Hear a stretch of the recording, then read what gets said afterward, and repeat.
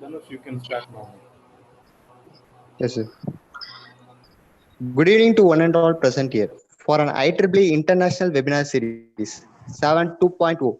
I am Dhanush B, IEEE Student Chapter Member of Robotics and Automation Society from the Department of Electronics and Communication Engineering.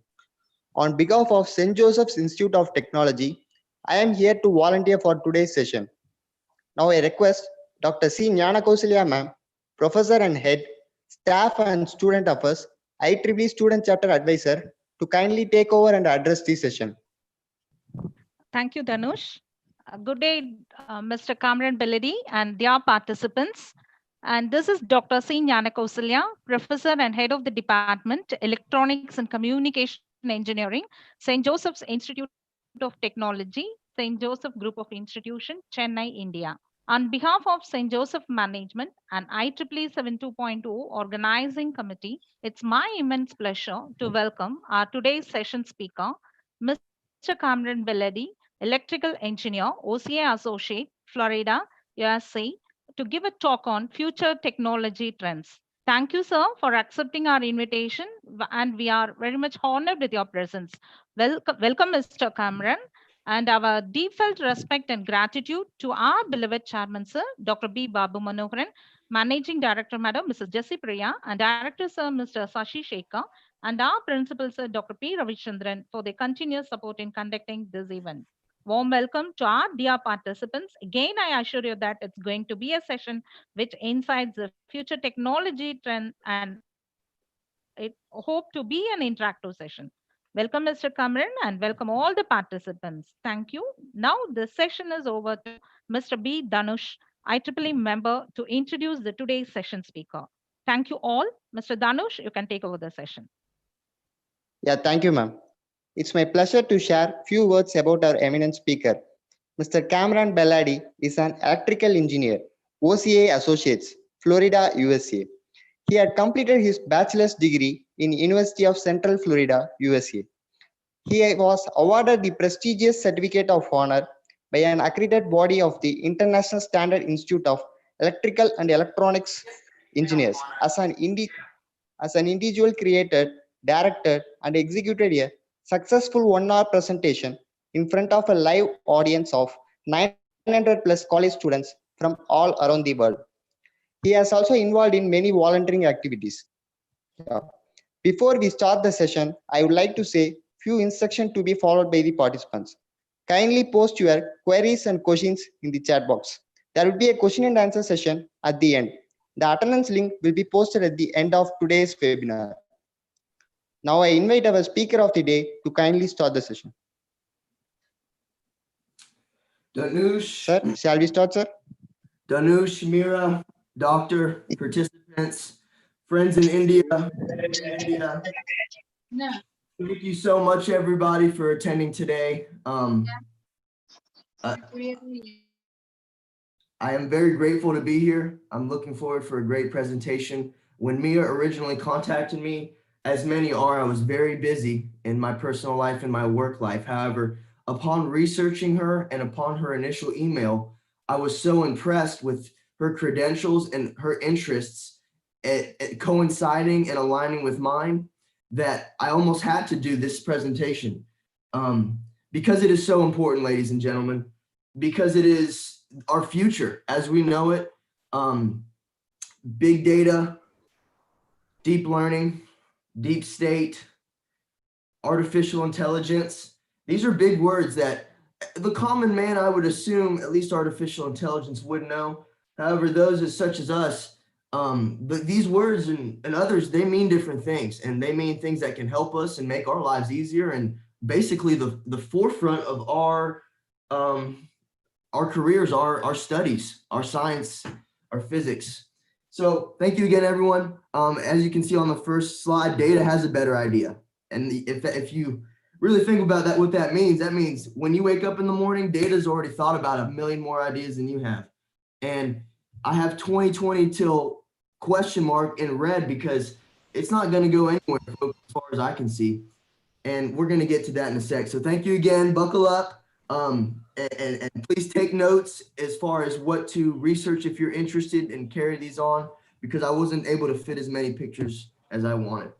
So our first slide, the infinitesimal and infinite dynamic of the world of data, folks. As we all know, binary numbers that are tracked for a common purpose. You know, these days it's so easy just to get data just about anything. You know, it almost comes with apps.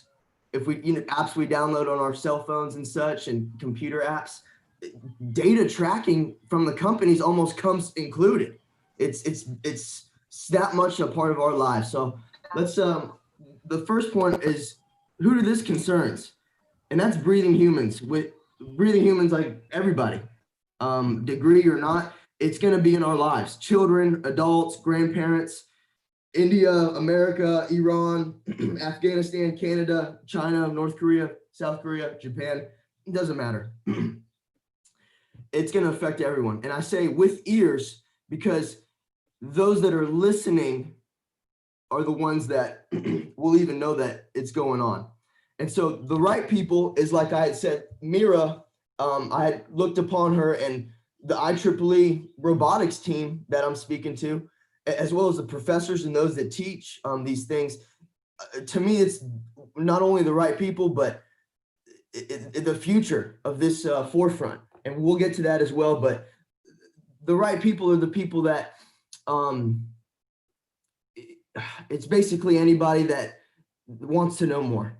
And when I say step 1 to step 100, artificial intelligence, which I can send everyone links and provide links, it's an exponential acceleration of information, as you know, which means it starts with the subset 0, human creates, AI version 1.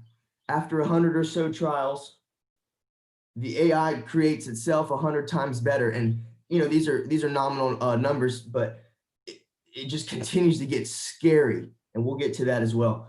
And then I have pictures I've provided, which are in the background, and I'm going to talk about them before I begin each slide. This one in particular will be at the end. However, I want you to think about what I'm thinking about versus what you're thinking about when you see these pictures, okay? Very important. And now the second thing, or the last thing, is the classic drive from type 1 sieve to type 3, everyone. And that's what's going on right now. And I don't know if you're familiar, and I hope you are. It's what's going on is the classic transition that we see in all these space movies, and what we can predict is intelligent human beings. And that's the fact that our civilization is advancing, guys and girls. We've gone from horseback to cars to now to spaceships to it's getting scary what we're looking into. And of course, we're upheld by the laws of physics and gravitational, forces as we know them. However, I'll send a link about this. This is a graph I wish I could have included, unfortunately. Type 1 civilizations, we're not even there yet. They're essentially civilizations that harness the energy of their own solar system, okay? And a type 3 civilization is the most advanced type that we've classified as humans, and that's type 3 is when a civilization, on a planet harnesses the power of its own solar system. Why do I bring this up and talk about artificial intelligence and big data? Well, folks, these things, artificial intelligence, big data, these are the tools that we get to use to go and advance our civilizations to be able to harness and continue as we see in movies. So we'll get to that as well. All right, this is honestly my favorite slide, guys. I hope everyone can hear me still and the connection's good. Mira, is everything good? Just checking.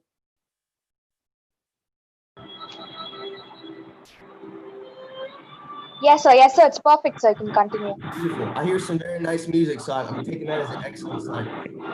This is my favorite slide, folks. Slide 2, learning from our fathers. What does that mean? Who are our fathers? Well, as humans, like again, me and my family in India who I'm speaking to, our fathers are the same. They're the people that have revolutionized the world before us. Now we're in the year 2020, okay? What was the year 1920 like? 1820, 1720? Every 200 years or so, we can look back and see trends that changed society as we know it, everyone. And 200 years ago, what was going on? Big oil, Standard Oil. Now, in American history, it's a very big deal as far as what they teach us. I'm not as familiar with Indian curriculum, unfortunately.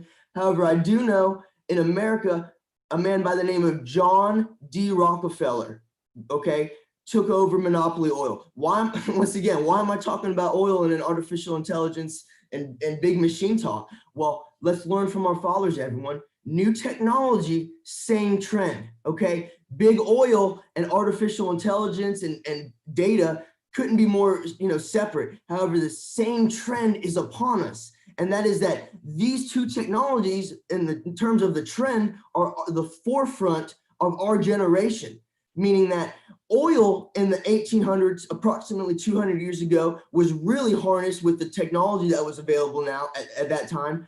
And John D. Rockefeller, a ruthless capitalist, took over and monopolized, at least in America and international, Standard Oil, which made him the richest man of all time, they say. Now, there's some other guys and Roman emperors and, I'm sure some Indian kings and such, but, we can get into that later. But this is a man who had 150 billion back in 1880, something ridiculous, everyone. And John D. Rockefeller now was, I believe, in the early 1900s, but same trend, big oil was picking up. Now, my comparison is Jeff Bezos, who is another ruthless capitalist who will take over ideas and sell them as it. I mean, there's so many Amazon documentaries out there, but if look at the graphs, they're going in the same trend. Now, it's not hard to do that, but think about what we're showing again. Two revolutionary ideas and resources, okay, that produce work for humans, tech and oil, okay, that is just starting to be understood and harnessed. All right. Now, guess what the difference is, folks? Oil, oil doesn't do your homework. Oil can't calculate math. Okay. Oil can't, calculate diagrams and dimensional models of 5 dimensions, So the same trend in a new year. That's the second bullet point. It's a new year. This is a new thing and it's even greater. All right. But it's the same trend. All in all, folks, my point of this slide is that both are new. This is new tech, new year, same trend. What do I mean by that? Yes, they're both going up at an increasingly alarming rate as far as, I know this graph might be confusing to some, but it's basically the profiteer of the enterprise in which we're discussing, which is oil and technology.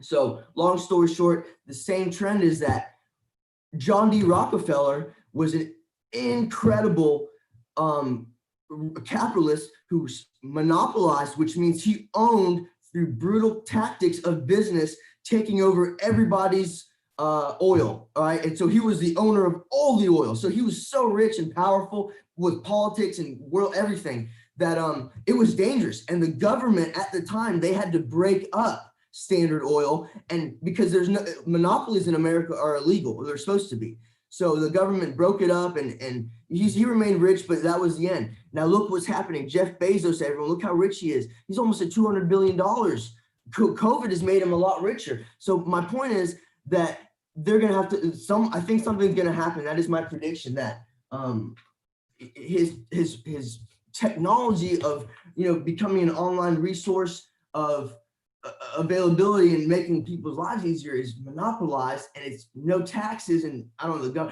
my point is another thing will come with artificial intelligence. Who will that person be? What company?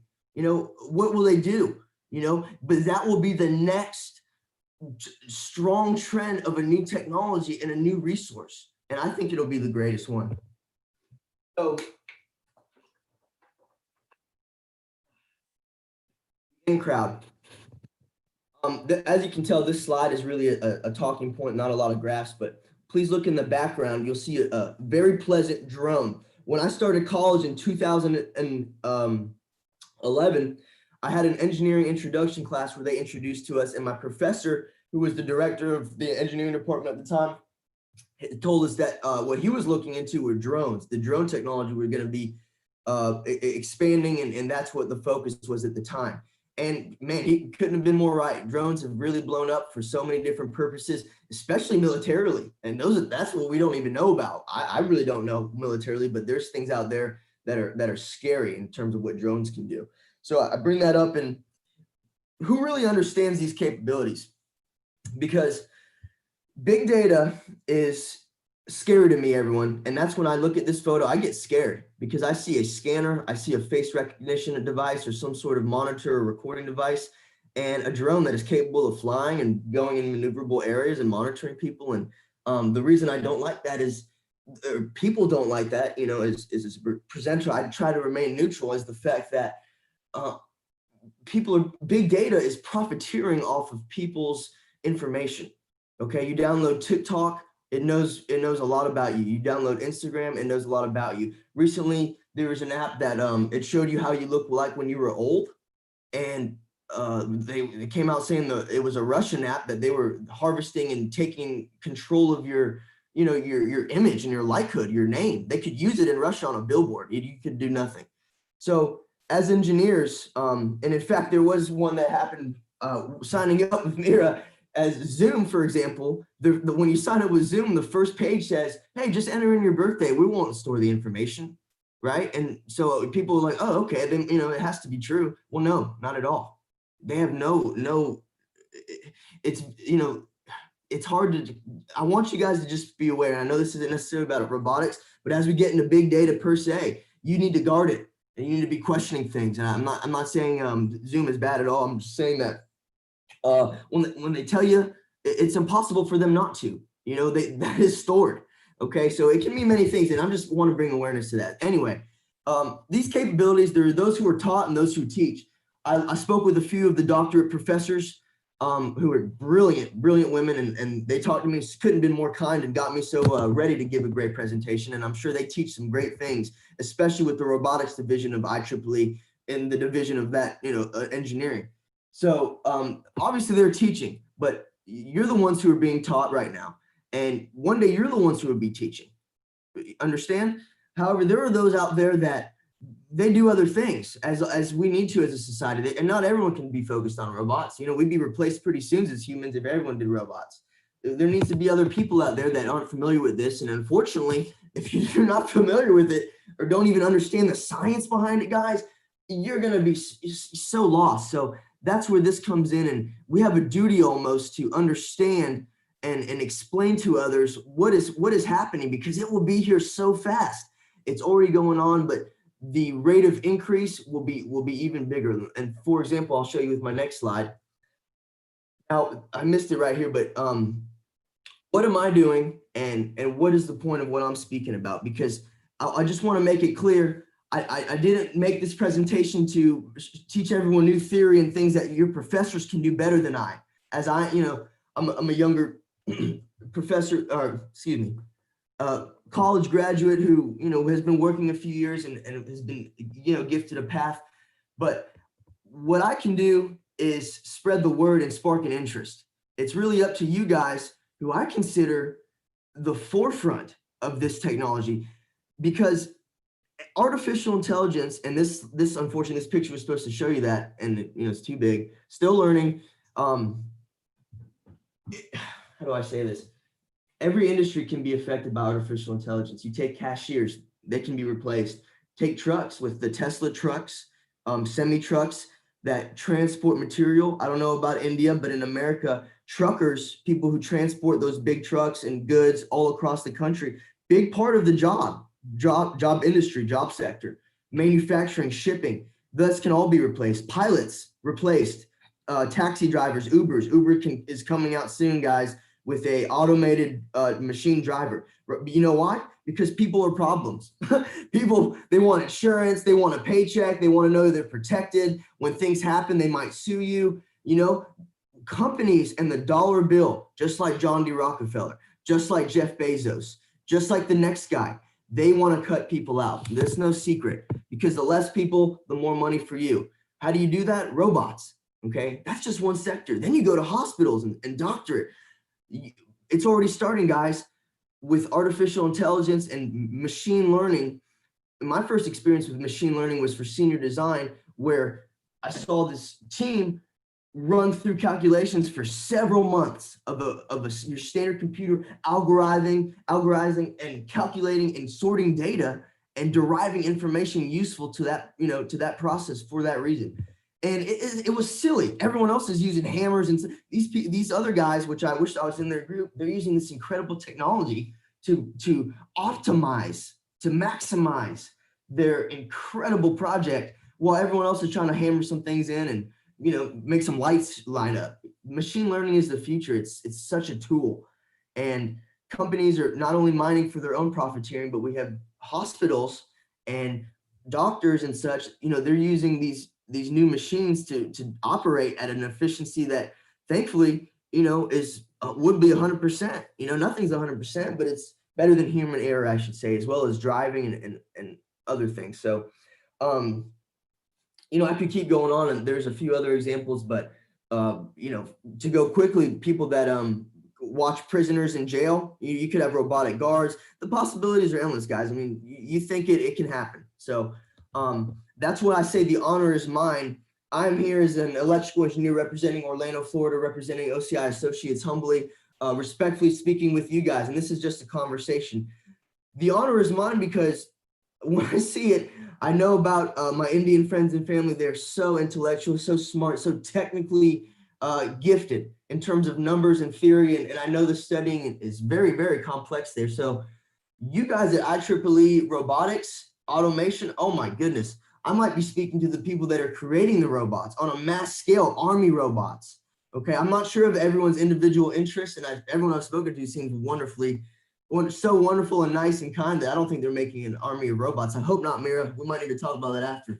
But it's just, I'm very honored and happy to be speaking with you guys, because it's going to be our generation, plus 40 years from now, the people that are really, really putting it together, the ones that are in the prime of their careers, will be us. And hopefully with the knowledge that professors have given you and what we've been talking about today, with any interest sparked, we can move on. So the research to know and follow, there's quite a bit. The stock market obviously is my favorite, just for the fact that, well, you are at a disadvantage, but public companies, so bigger ones, and especially government ones that are, that are funded by the government, they're public, so you can see how they're doing it based on the trend. That's a whole nother presentation, but you can see how well companies are doing, so you can know, all right, who's investing, and okay, so what is Microsoft doing in their AI department that is making their stock go up? Okay, all right, they're coming out with a combination and partners with Tesla to provide, better software and artificial intelligence upgrades and machine learning, so Tesla cars can drive better. All right, cool. That's a good way to learn and know, all right, who are the leaders? Because that's the point, guys. We're in the know. Okay, your professors are letting you know. I'm helping you. You're in robotics. You know how it works. You know the future. The possibilities are endless. So you're already at step one. Now, step two is who is before me in this exact field that is making a difference that I need to follow and learn from. Maybe even get a job with after college. Okay. So look into that. Think about these things, because I don't know how many are freshmen and such. I know Mira is almost going to be graduating, but this is the future. It better be on your resume, folks. IEEE robotics, and I know it is. Okay, it's critical. So new articles, and I'm a fan of. I know we all probably have Twitter and Instagram and Facebooks and all that good stuff. And you got your CNN. Oh, I don't know. Times of India. I think that's a website. I might be wrong, or a news organization. However, in America, I don't know about India now, but or even around the world, every author of a news article, I believe it's not, unless it's truly neutral, which even this presentation isn't, as much as I try. You need to look at the author and their motive. So I would just advise you, if you're reading information other than research from professors and doctorates, and even then, I mean, everyone's got, okay, let me teach you about this because this is the thing that I'm worried about. So just know that when you read articles, that the person, look into the person who wrote it and just be informed. When I have mom question mark, I was debating putting this because I don't know if you guys would take me seriously, but when I say mom question mark, when it says who to know and follow, it literally means mom question mark. And there's a saying in America, when I was at high school, I used to go to these parties, and if it was everyone, all the people that, you know, even the ones you didn't want to see, or it just got out of control, they would say, oh yeah, Tom's party last week, everyone and their mother was there. Okay, that's the saying. So everyone and their mother means everybody possible. And that's why I put that here, folks.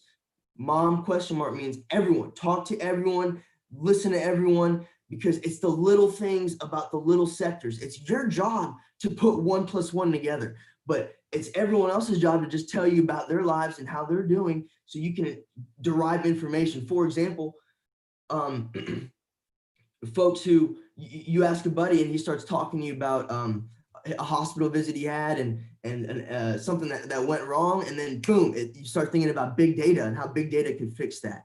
And you know, next thing you know, you work on it for 5 to 10 years and you're a billionaire, and you can give me a call and, you know, send me some money to Uncle Cameron. Joking, of course. The questions we are not asking. So this is really, I'm really glad I got an opportunity to do this, and I wish I could have been maybe given longer. And I don't want to get too personal, but I couldn't put as much in, so maybe we can do a part 2. We'll figure that out. But this one was really interesting, was the questions we are not asking. As scientists and engineers, guys, trust me, I know. We're looking at the numbers. We're looking at the design. We're looking at the construction. We're looking at the administration of the construction. We're looking at the management of the project. We're looking at the process. We're looking at the end result, making sure our clients, our funders, our researchers, everyone is happy, right? That's our job. You know, we're solving problems every day for everything. However, what we're doing is something that's never been done, and that really goes back to my first slide with the big oil and just unpredictable things that actually is also my last slide. There's things that we're going to be, when you create a robot, when you create a dynamic, I ask everyone, there's one company in mind that I have, and they're called Boston Dynamic Global. If you're into robotics and you guys don't know about that, please write this down. YouTube this, Boston Dynamics Robots, and then Boston Dynamics Global. Fascinating stuff in terms of what they're doing with walking robots and robots that look like dogs that are running, and robots that jump and have, you know, I think one had a knife or something. I mean, these are serious robots they're building. And this is just one company in one city in one American, you know, state. God bless the world. Who knows what else is going on out there? So my point is that it's here. And once again, we're in college. You guys are in college and robotics, and you'll be the ones doing this, and you'll know people. So ethics, moral, and standards of artificially intelligence of a robot. Okay. Mining data from people that know or don't know, and then robots. Okay, so we'll go with the first one, which was excuse me, sorry, let me get some water. Sorry. So the question we're not asking, the ethics, moral, and the standards. When we're doing artificial intelligence, are we, and the artificial intelligence gets to a point, and now folks, remember, this is exponential. It gets to a point where this artificially intelligent robot, entity, specimen, program, whatever, starts to begin on its own free will. Is that something that we are to control? Is that something, I mean, it sounds silly now, folks, but a lot of things sounded silly in the 1600s, you know? What's the ethics of controlling or limiting the capacity of a robot to think freely? Okay, now some people get weird about eating too many cheeseburgers. They say cheeseburgers cause pollution. I'm just saying, folks, that people might be concerned. Now, big data, obviously that's my biggest thing, is what's the ethics of mining big data from people that don't even know?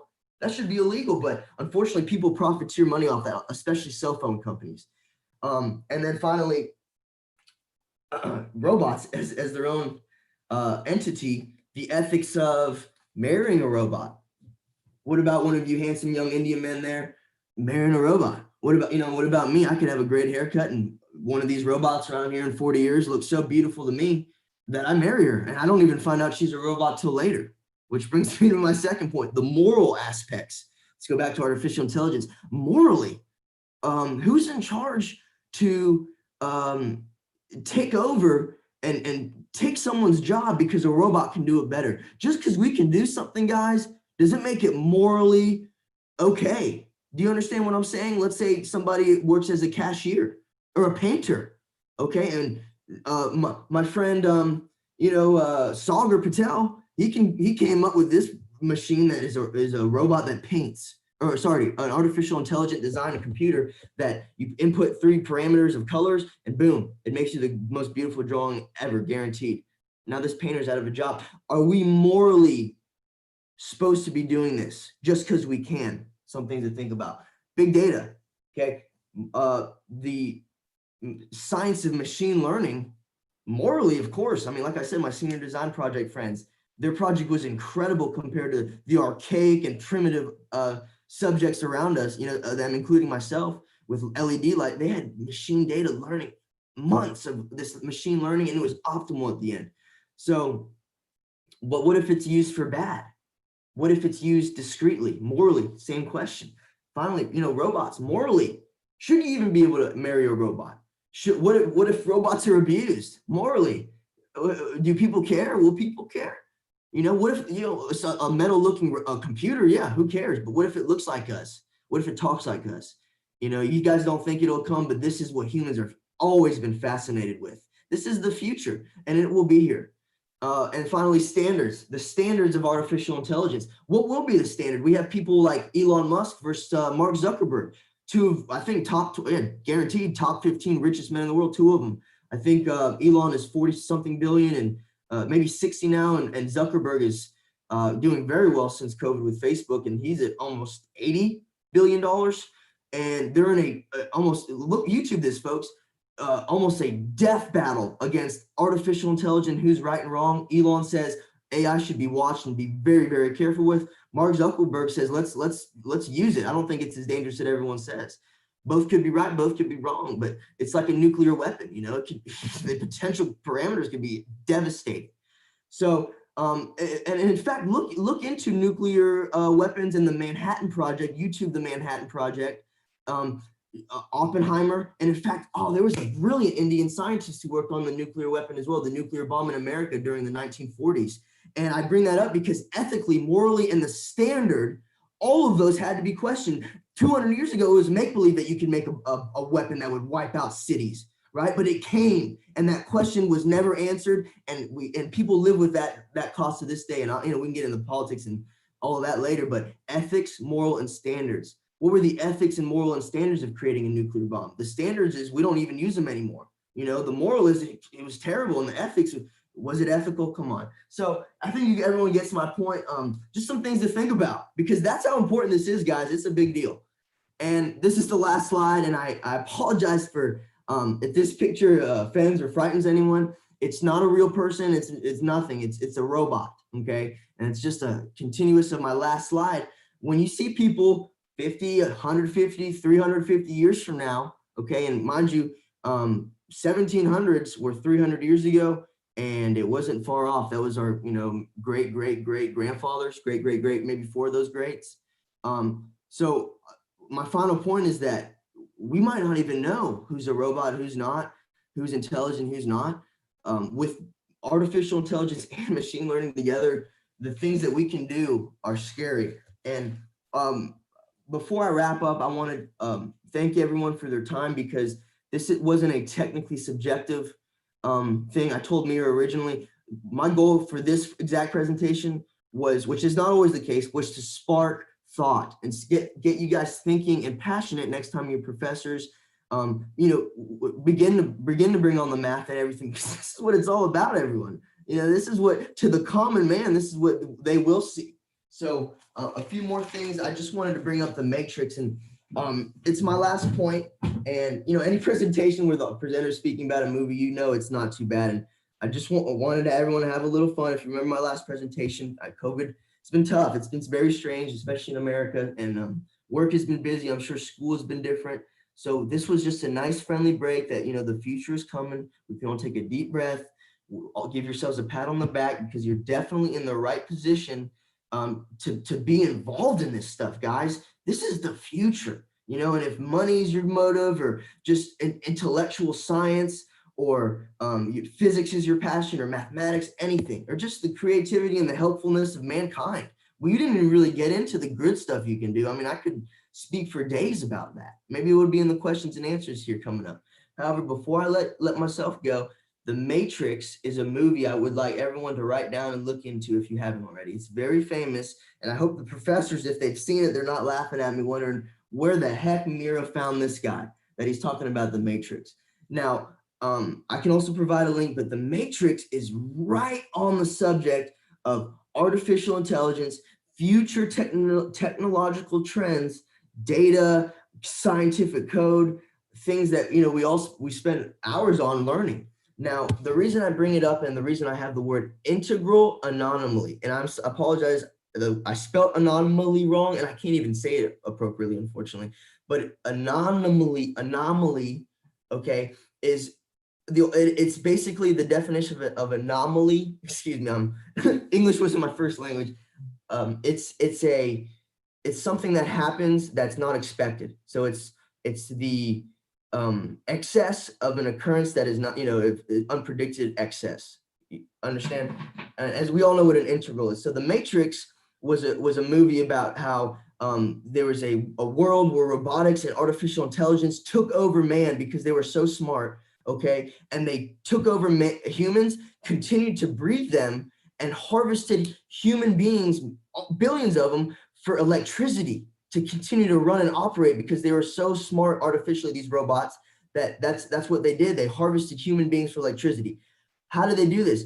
They programmed the human beings through synapses of their own brains, right, to live in this world that was fake, essentially. And a few versions of it with machine learning, as a matter of fact, were trial and error, and they didn't work. And finally, they realized if they give humans a choice, that's what separates them, and that's what allows them to believe that they're in this fake world. Because given the concept of choice, somebody doesn't know that it's a fake world. That's what the whole point was. So the reason I bring that up is that what happened was because when you give things choice, and when you give, as in human life, humanity is risked in unpredictability.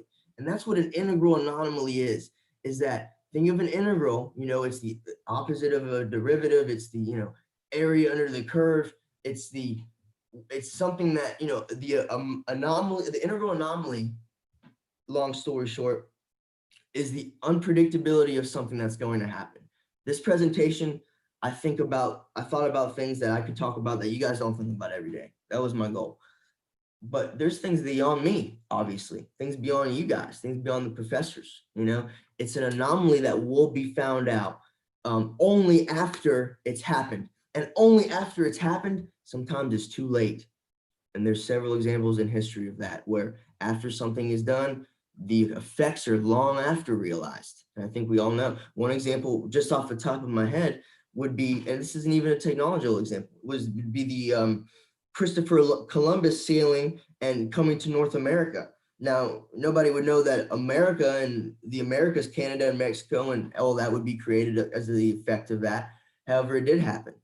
Now, he came looking for Indians, as a matter of fact, but he found the North Americans, and they ended up dying from diseases that the Europeans had brought over. So that was the integrated anomaly of his journey there. Nobody could have, that wasn't the goal or predicted or anything, but it happened, and it was devastating. I mean, you understand what happened. So that's the purpose of what I'm trying to say, is that that's what happened in The Matrix as well, was that there was an integral anomaly, and the Neo, who is Keanu Reeves, the actor, was created, who was a different human who was able to unplug and join the other unplugged humans. And he saved the world, essentially, because the robots didn't expect him, because he was an integrated anomaly. Now, that's a story about the humans taking over, but let's reverse it, guys. What if the robots were in that position? So with that said, I just want you guys to remember that as well, that it's a little interesting to think about. I want to thank everyone for their time, and ready for questions and answers. And I just hope that if I even inspired a little passionate or taught you something new, then I'm happy, and thank you again. And I hope you come to my next presentation. I guarantee it'll have more information. This one was a fun one, and I'm glad Mira gave me this opportunity, and thank you, everyone. Thank you, sir, for your grateful session. Now, here are the few questions from our participants. Shall I proceed with the first one, sir? As soon as you're ready, my friend. Which technologies do you think will which technologies do you think will shape science in the next decade? Excellent question. I mean, that's really the whole point. Is that we look to the future and look at oil, for example. That's that second slide. What is like oil in today's world? Because oil changed everything, guys. It changed who was rich, who was poor, who could do work, who couldn't, who could profiteer, and who couldn't, and who could expand and revolutionize and who couldn't. Countries, people, it would change everything. What is like oil that was like 1800s that is today? And I think of, obviously, we have the computers now, but big data, right? And learning, machine learning, these things are so new, and it's just like oil in the reference that it's an energy source of work. Do you understand? It's like you went from somebody with a hacksaw, or one of those shepherd saws, cutting plants in the old days as a farmer. Then you went to a machine that could farm, or not a machine. You went to a car or tractor that could farm, and that was fueled by oil only because of that. And now we're at machine learning. So it's like the possibilities are endless. So I really just think that the robotics side, if that's not broad, is the big deal. And things that'll help people. I mean, it's too big of a thing for me to answer, unfortunately. I will answer though. Service. You go to stores, there's cashiers. I think that's going to be out of here very soon, guys. And I don't know if you guys have a lot of that in India, but in America, you go to a store, you don't see cashiers, you see automatic checkouts. Even Amazon, Jeff Bezos bought a thing where it's called a health market or some sort of grocery store he bought, where you walk in, you grab your stuff and you walk out because everything's on camera. It knows who you are with facial technology. And that's it. Once again, he's revolutionizing that shopping market where you don't need to pay someone. You don't need security. You don't need anything. You just have a camera watching a guy who knows who it is because he's a member, grabs the camera knows what he gets, and he just walks out. No credit card, no cash. Everything's already automized. That's what I'm talking about. That's replacing something and making it more efficient like oil did.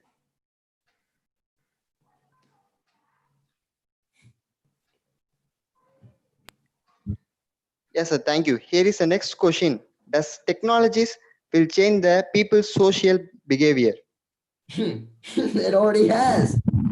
That's an excellent question. Excellent question, because I mean, I don't know about you guys, but even in America, we can get as fun as or intimate as dating. I mean, a lot of people, especially even younger than me, I'm 27, but dating has changed. Back in the day, a man would approach a woman at a restaurant or club or party or neighborhood or whatever, and attract her attention and coincide and confide and getting a date and inevitably marrying this woman and having children and becoming a life partner.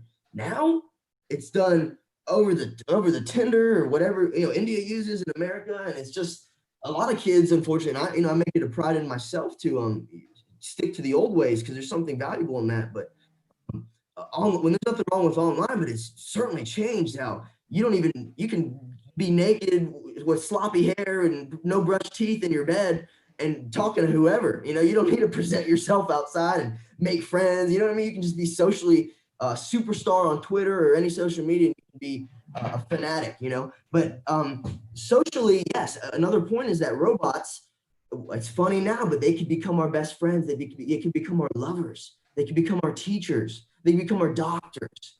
You could be in a society where you don't even know who's a robot. Maybe they'll pass a law a world law. I mean, what if every country is different? They could pass a law where, first, take this theory, they pass a law where robots have to distinguish themselves because robots have become the new slaves where they do work for free. And guess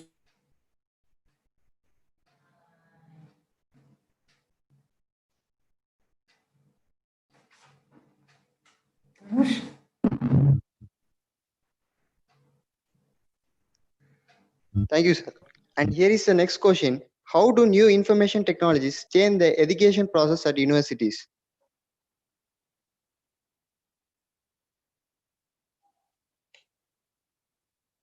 Sir, can you hear me? Sir? Can you hear me?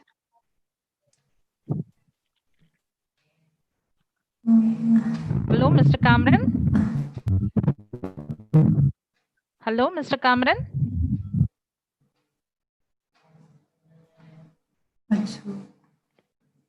Disconnect ஆயிட்டாருன்னு நினைக்கிறேன்.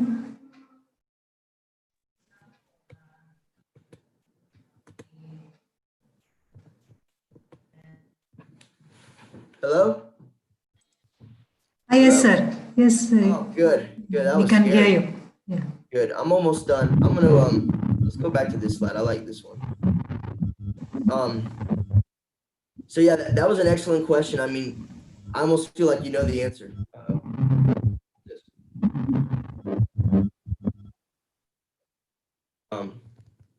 Here, can you hear me?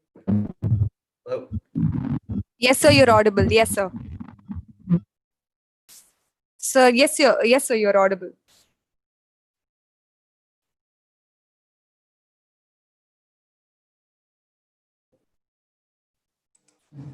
Question though, thank you.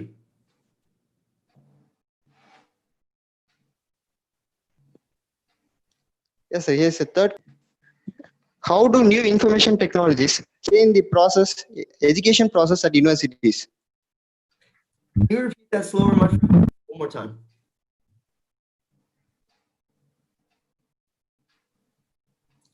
Can you say your answer again, sir? Danush, could you repeat it? Yeah. Yes, sir, sure. How do new information technologies change the education process at universities? Oh, very great. Well, I don't know if you guys, it's funny because it's a perspective thing. Once again, you take someone from the 50s that was studying in India and put them in a college now, I'm sure the computers and everything will be different.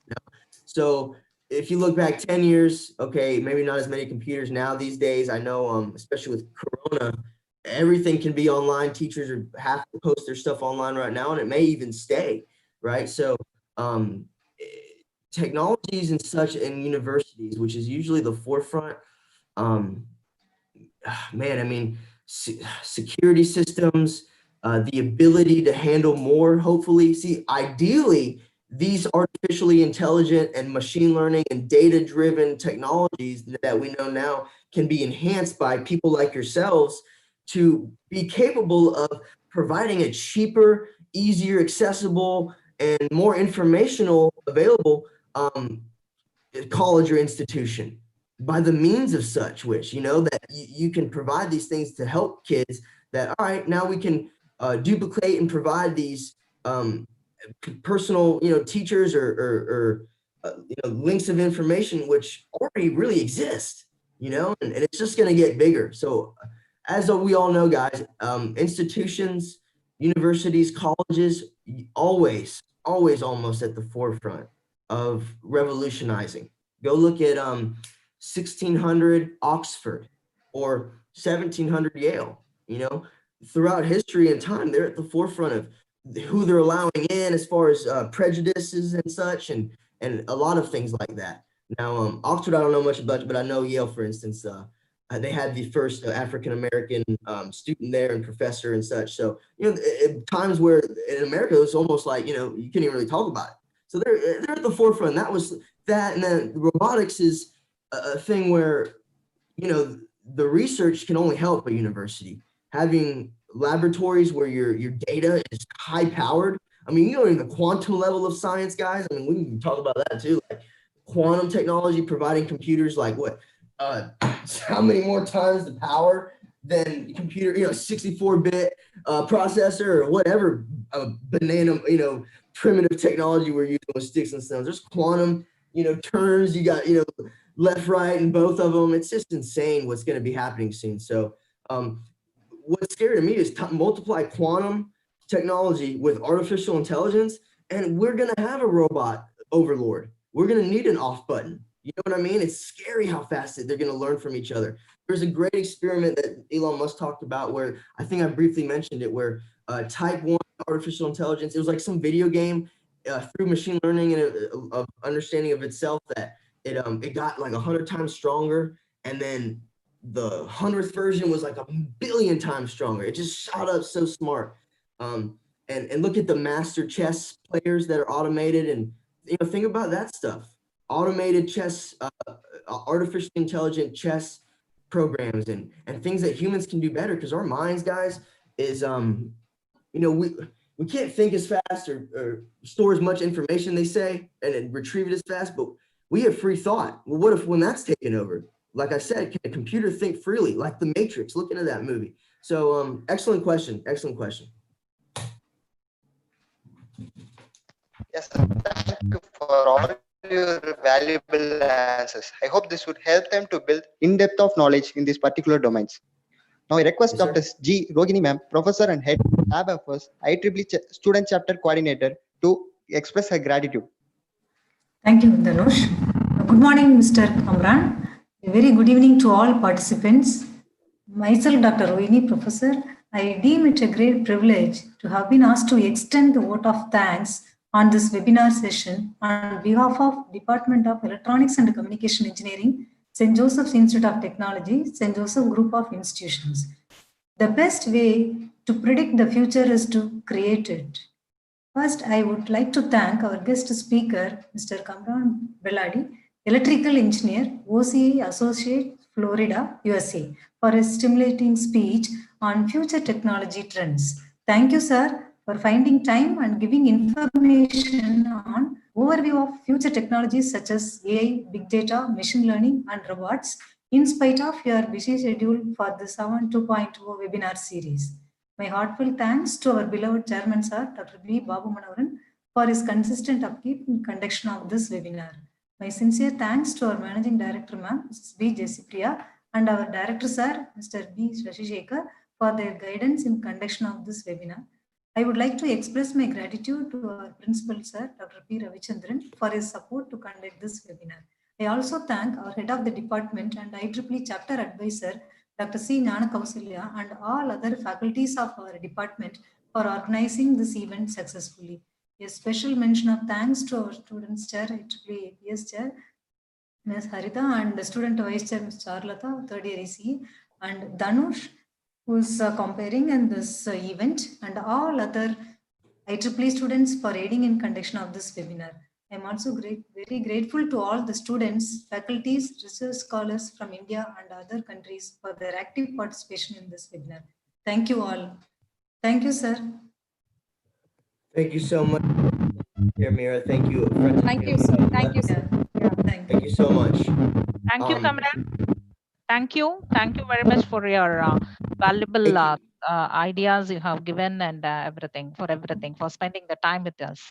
Thank you. Thank you very much. It is an honor to be with you guys, as I see you as the forefront of this industry, of this future stuff, the robots and electrical engineering. And thank you, professors, for your enthusiasm, and thank you, students, for continuing to be, the motivation for myself as well. Thank you, everyone, and thank you, India, and my friends.